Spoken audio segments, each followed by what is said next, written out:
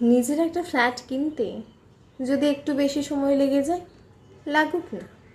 নিজের একটা গাড়ি কিনতে যদি বয়স 40 পেয়ে যায়, পেরোক, ক্ষতি কী?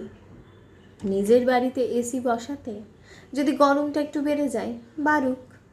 বয়স 30 পেরিয়ে গেলেও যদি বিয়ে না হয়, না হোক। যদি মনে হয় একটা পেস্ট্রি খাবো, যদি ক্যালোরি গেন হয়ে যায়, হোক, ক্ষতি কী? আবার ওয়ার্কআউট করে নেব।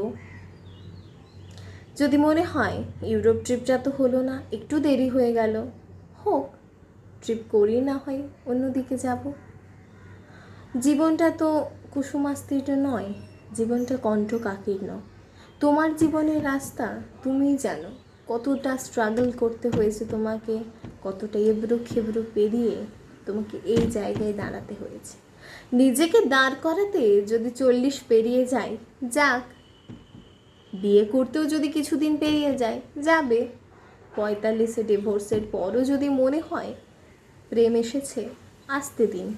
আবার নতুন করে যদি মনে হয় স্বপ্ন বুনবো, সংসার বুনবো, বুনুন, ক্ষতি কী? একটাই তো জীবন। জীবন তো রূপকথা নয়, আমরা তো রাজকন্যাও নই, আমরা সাধারণ মানুষ। সাধারণ মানুষের জীবনে এসব থাকবে।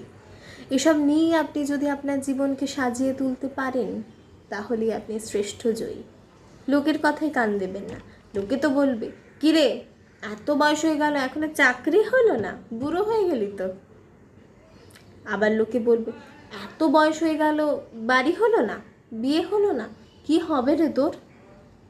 এমনটা কিন্তু কোথাও লেখা নেই যে এই বয়সের পরে ওই কাজটা আর করা যাবে না, ওই কাজটা করার জন্য এই বয়সটাই থাকতে হবে।